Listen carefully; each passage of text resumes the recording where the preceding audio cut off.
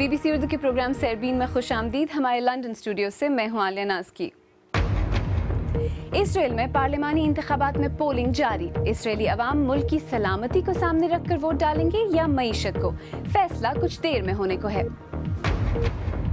सब पाकिस्तानियों की नजरें सरफराज पर और वो भी पुरअज़्म हैं कि मायूस नहीं करेंगे। यही इंतजार था कि जब भी मौका मिलेगा इंशाल्लाह परफॉर्मेंस करूंगा, अपनी परफॉर्मेंस से पाकिस्तानी टीम को जितवाने की कोशिश करूंगा। और आपको कराची थिएटर फेस्टिवल भी ले चलेंगे जहां कई ममालिक के फनकार जमा हुए हैं। इसराइल में पार्लिमानी इंतखाबात में वोट डाले जा रहे हैं। इस इलेक्शन में मौजूदा वज़ीर आज़म बेंयामिन नेतन्याहू की लिकुद पार्टी और ज़ायनिस्ट यूनियन के दरमियान सख्त मुकाबले की तवक्को की जा रही है। बेंयामिन नेतन्याहू ने पोलिंग के आगाज़ से पहले कहा था कि कामयाबी की सूरत में वो फ़लस्तीनी रियासत नहीं बनने देंगे, जबकि उनके हरीफ इत्तेहाद ने वादा किया है कि वो फ़लस्तीनियों और बैनुल अक़वामी बरादरी के साथ ताल्लुकात बेहतर बनाएंगे। तफसील के साथ कंदील शाम। इसराइली इंतखाबात से एक रात कबल इसराइली वज़ीर आज़म बेंयामिन नेतन्याहू ने अचानक अपना रुख बदल दिया। वो पहले एक फ़लस्तीनी रियासत के क़याम और इसराइल के मसले के हल के लिए दो कौमी हल की जानिब इशारा कर चुके थे। ताहम पोलिंग के आगाज़ से एक शाम पहले 3 मरतबा वज़ीर आज़म बनने वाले नेतन्याहू ने कहा कि उनकी हुक्मरानी में एक फ़लस्तीनी रियासत का बनना नामुमकिन है। जो भी फ़लस्तीनी रियासत के क़याम की कोशिश करता है या इलाके से वापस आने का इरादा रखता है, वो दहशतगर्दों को इसराइल के ख़िलाफ़ हमला करने के लिए जगह दे रहा है। ये एक हकीकत है जो गुज़िश्ता कई बरसों के दौरान सामने आई है। मशरक़ी यरूशलेम का मुस्तक़बिल इन इलेक्शंस में एक अहम मामला रहा है और नेतन्याहू की तरफ से फ़लस्तीनी रियासत को मुस्तरद करके उन्होंने अपने दाएं बाजू के वोटरों को खुश करने की कोशिश की है। जब उन्होंने दिसंबर में कबल अज़ वक्त इलेक्शन का ऐलान किया तो ये ख्याल मकबूल था कि जीत उन्हीं की होगी। ताहम उनके फैसले का उल्टा असर होता नजर आ रहा है।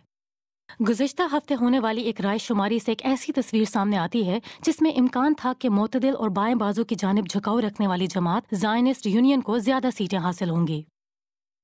ज़ायनिस्ट यूनियन के रहनुमा यित्ज़हक हेर्ज़ोग और सीपी लिवनी ने नेतन्याहू की खारजा पॉलिसी और उनके खौफ फैलाने की हिकमत अमली पर तनकीद की। ज़ायनिस्ट यूनियन ने लिकुद पर यह भी इल्ज़ाम आयद किया है कि उसकी पॉलिसियों की वजह से आम इसराइलियों का मेयार ज़िंदगी कम हुआ है। आम इसराइली बस ये सोचता है कि मैं एक घर कैसे खरीदूं। हम नॉर्मल लोग हैं और बस एक अच्छी जिंदगी चाहते हैं। सर्वे के मुताबिक ज्यादातर इसराइलियों के लिए अहम मामलात समाजी और इक्तसादी मसाइल हैं, जिनमें महंगाई और मुआशी सुस्तरवी शामिल हैं। ज़रा देर में आपको ताज़ा तरीन सूरत हाल के लिए यरूशलेम ले चलेंगे, लेकिन आइए पहले इसराइल के सियासी निज़ाम पर एक नज़र डालते हैं। इसराइल के सियासी निज़ाम की वजह से वहाँ मखलूत हुकूमतों की तश्कील नागुज़ीर है। ऐसी हुकूमत साजी मुश्किल और इसे बरकरार रखना इससे भी ज़्यादा मुश्किल होता है। इसराइली पार्लिमान कनेसेट में इत्तेहादी हुकूमत में नेतन्याहू की लिकुद पार्टी के अलावा दाएं बाजू की 2 जमातें यिसराइल बेतन्यू और जूइश होम शामिल हैं। लिकुद पार्टी ईरान के साथ उसके जोहरी प्रोग्राम के हवाले से मुज़ाकरात की हामी नहीं। हिज़्ब मुखालिफ की अहम जमात ज़ायनिस्ट यूनियन है और इस बाएं बाजू के इत्तेहाद के सरबराह लेबर पार्टी के यित्ज़हक हेर्ज़ोग हैं और इस इत्तेहाद में सियासी जमात हेतनू शामिल है, जो कि वज़ारत इंसाफ के साबिक वज़ीर ज़िपी लिवनी की जमात है। लेकिन अक्सर वो छोटी जमातें ताकत में तवाज़ुन पैदा करने में मदद देती हैं, जिनमें यश अतीद जैसी अतदाल पसंद जमात, इंतहाई क़दामत पसंद और अरब जमातें शामिल हैं और उनके ज़रिए मुआशरे के हर तबके की नुमाइंदगी होती है। तो सवाल ये नहीं है कि मखलूत हुकूमत का सरबराह कौन होगा, बल्कि ये कि हुकूमत साजी किस तरह की जाएगी जिससे इसराइल के मुस्तकबिल का तयन हो सकेगा। नाजरीन, कुछ तकनीकी मुश्किलात की वजह से हम आपको अब यरूशलेम नहीं ले चलेंगे, लेकिन आइए अब ऐसा करते हैं कि कुछ दीगर अहम मौज़ूआत पर एक नज़र डालते हैं। लाहौर में योहानाबाद चर्च हमलों में हलाक होने वाले 10 अफराद की आखिरी रसूमात अदा कर दी गई हैं। इस दौरान इलाके में सोगवारी का माहौल तारी रहा।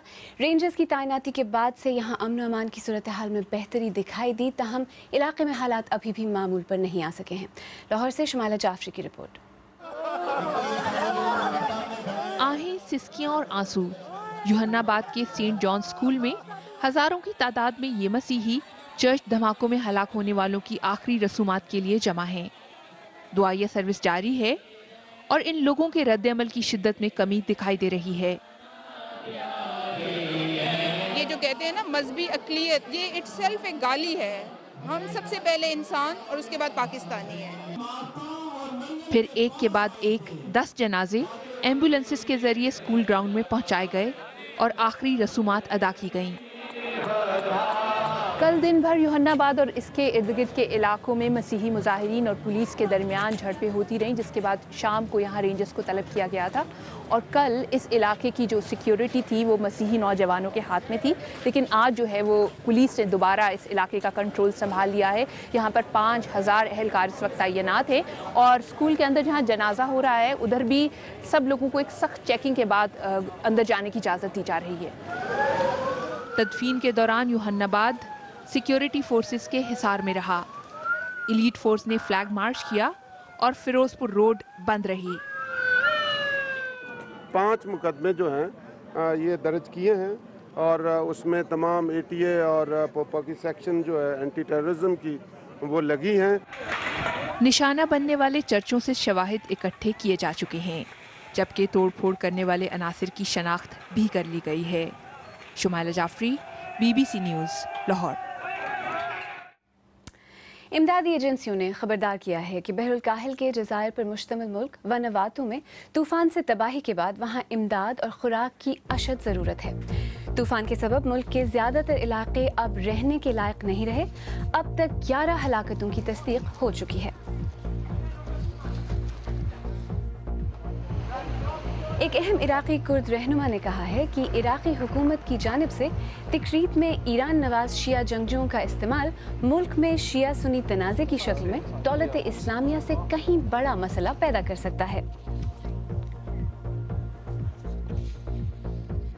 बर्मा में न्यूजीलैंड के एक शहरी समेत 3 अफराद को तौहीन मजहब का मुजरिम करार देते हुए कैद की सजा सुनाई गई है।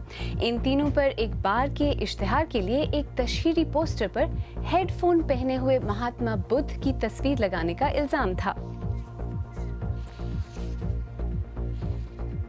और ये हैं 100 बरस की जॉर्जिना हार्डवुड, जिन्हें कल आपने स्काई डाइविंग करते देखा था, लेकिन आज इन्होंने केप टाउन के नज़दीक समंदर में शार्क मछली के साथ तैराकी की। जॉर्जिना का कहना है कि ये उनकी जिंदगी का एक और दिलचस्प तजुर्बा रहा।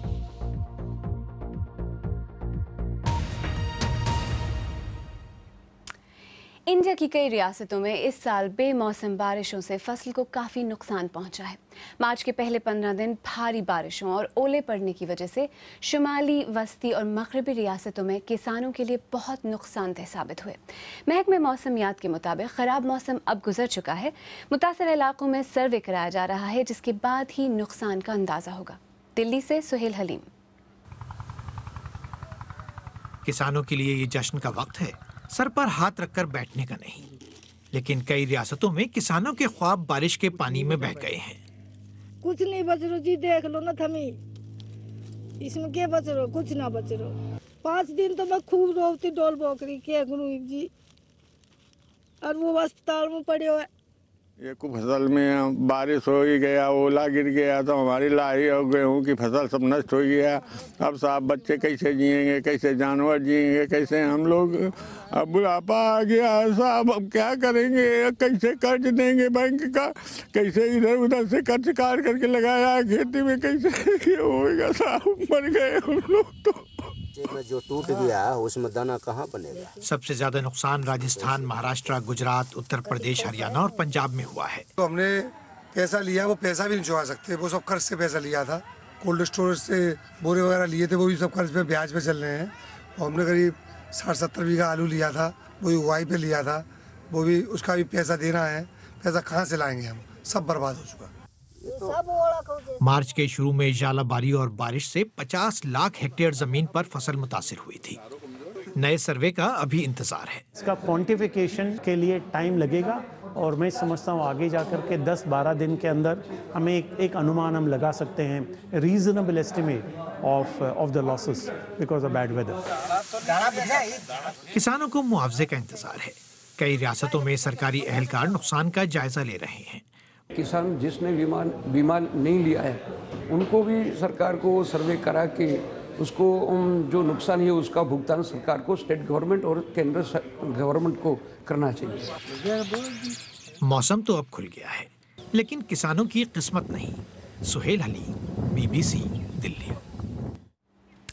आइए अब देखते हैं कि bbcurdu.com पर आप किन खबरों में दिलचस्पी ले रहे हैं। पाकिस्तानी फास्ट बॉलर मोहम्मद इरफान के वर्ल्ड कप से बाहर होने की खबर बहुत पढ़ी जा रही है और बर्मा में न्यूजीलैंड के एक शहरी समेत 3 अफराद को हेडफोन पहने हुए बुद्धा की तस्वीर लगाने पर कैद की सज़ा की खबर भी आप खूब पढ़ रहे हैं। BBC उर्दू के प्रोग्राम सरबीन में आगे चलकर देखिएगा पाकिस्तानी क्रिकेटर सरफराज अहमद ऑस्ट्रेलिया के खिलाफ मैच के बारे में क्या कहते हैं और मोहब्बत के मुख्तलिफ रंग देखिएगा कराची थिएटर फेस्टिवल में।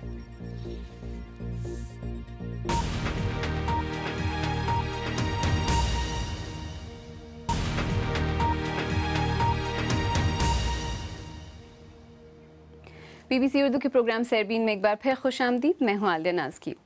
पाकिस्तानी क्रिकेट टीम के विकेट कीपर सरफराज अहमद को जब जनूबी अफ्रीका और आयरलैंड के खिलाफ खेलने का मौका मिला तो उन्होंने दोनों ही मैचों में अपनी बैटिंग और विकेट कीपिंग से पाकिस्तान की जीत में अहम किरदार अदा किया। अब क्वार्टर फाइनल में पाकिस्तान का मुकाबला ऑस्ट्रेलिया से होगा। एडलेड में हमारे नामानिगार आदिल शाहजेब ने सरफराज अहमद से पहला सवाल यही पूछा कि क्या पाकिस्तानी टीम ऑस्ट्रेलिया जैसी मजबूत टीम का मुकाबला करने के लिए तैयार है?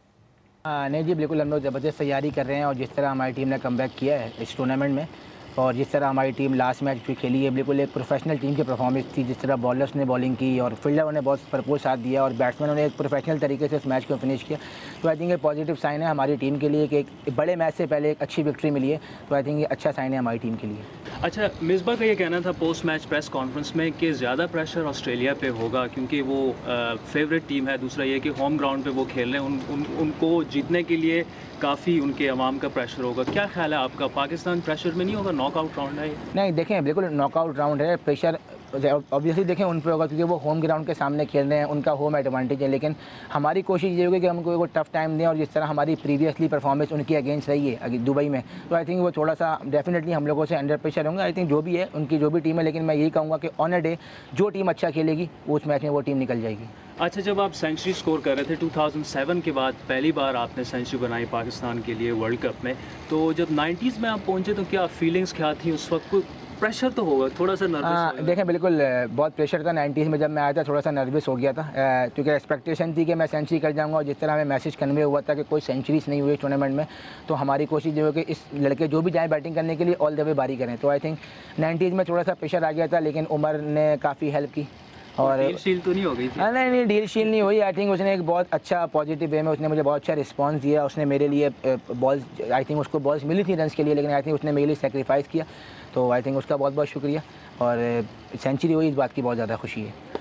सरफराज, पहले 2 मैचेस में या 3 मैचेस में आपको नहीं खिलाया गया, कोई अफसोस नहीं होता आपको कि शायद अगर आप वो खेल जाते तो आज पाकिस्तान जो है वो ऑस्ट्रेलिया के साथ सख्त क्वार्टर फाइनल की बजाय आसान क्वार्टर फाइनल खेल होता, आप परफॉर्म कर जाते, पाकिस्तान ग्रुप स्टेजेस में पहले या दूसरे नंबर पे आ जाता? नहीं देखें ऐसा नहीं है कि मैं नहीं खेला, कोई इस बात का अफसोस नहीं है किसी बात, क्योंकि पाकिस्तान टीम हमारी टीम में जो भी मैनेजमेंट टीम खिलाई वो बेस्ट पॉसिबल टीम, जो उनको लगता था कि ये टीम हमें मैच जीत सकती थी वो टीम खिलाई, तो आई थिंक कोई अफसोस नहीं है। बस ये कि यही इंतजार था कि जब भी मौका मिलेगा इंशाल्लाह परफॉर्मेंस करूंगा, अपनी परफॉर्मेंस से पाकिस्तान टीम को जितवाने की कोशिश करूंगा। ऑस्ट्रेलिया के पेस अटैक के खिलाफ आप कितने तैयार हैं? धोखा तो नहीं देंगे? देखें ये तो धोखा वाली बात है, ये तो कभी मज़ाहिए वाली बात है, लेकिन ऐसा कुछ नहीं। हम जो है बहुत पॉजिटिव हैं इंशाल्लाह इस मैच के लिए और टीम जिस तरह तैयारी कर रही है, जिस तरह हमारा कोचिंग स्टाफ लड़कों के साथ मेहनत कर रहा है, आई थिंक क्रेडिट उनको भी जाता है और जिस तरह वो हम लोग तैयारी कर रहे हैं इंशाल्लाह इस मैच के लिए, तो उम्मीद है कि इंशाल्लाह हम ये क्वार्टर फाइनल जीतने की कोशिश करेंगे।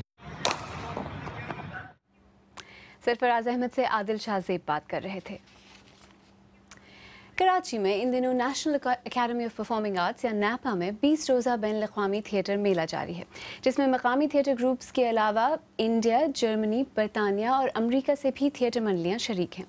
वसीतुल्लाह खान भी इस थिएटर फेस्टिवल का हिस्सा हैं, तो क्यों ना उन्हीं के साथ इस मेले की कुछ झलकियाँ देखी जाएँ। इरम और उसके साथियों को परफॉर्मेंस से पहले मेकअप समेत सब कुछ खुद ही करना है। इन ग्रेजुएट्स को आज साबित करना है कि 3 बरस में क्या सीखा। हमारी 3rd ईयर की परफॉर्मेंस है इंटरनेशनल फेस्टिवल की ओपनिंग के लिए और रिहर्सल्स इसकी 1 महीना 15 दिन शायद इतना ही टाइम, और हमने थीम मोहब्बत की अलग अलग शेड्स उस पर बनाई है।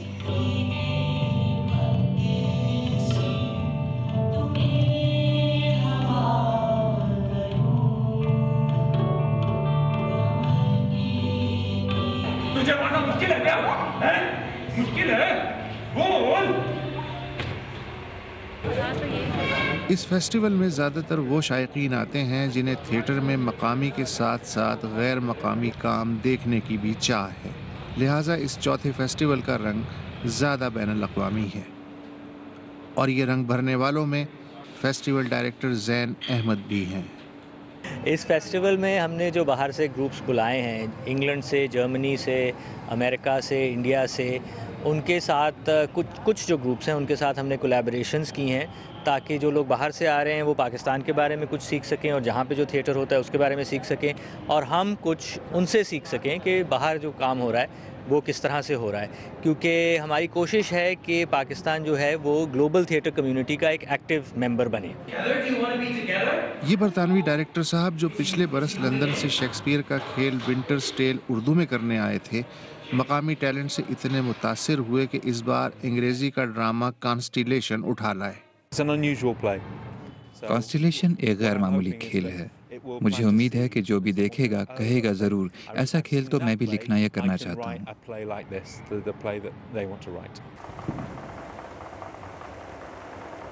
Try it. What's that? Your elbows, try licking them. So, what about part-time? I don't know the point being... You don't know the point of going part-time? I am walking or it exists in an unimaginably vast ensemble of universe.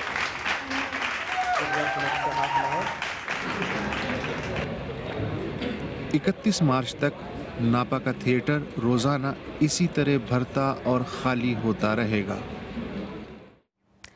आखिर में आपको याद दिलाते चलें कि आज सरबीन का बड़ा मौजू था इसराइल में पार्लिमानी इंतखाबात के लिए वोटिंग, जिसका फैसला कुछ घंटों में सामने आ जाएगा। मौजूदा वज़ीर आज़म बेंयामिन नेतन्याहू ने कहा है कि कामयाबी की सूरत में वो फ़लस्तीनी रियासत नहीं बनने देंगे। अगर आप चाहें तो मुझसे और हमारी टीम के दीगर साथियों से ट्विटर पर भी रब्ता कर सकते हैं। मेरा ट्विटर हैंडल है @आलियानाज़की।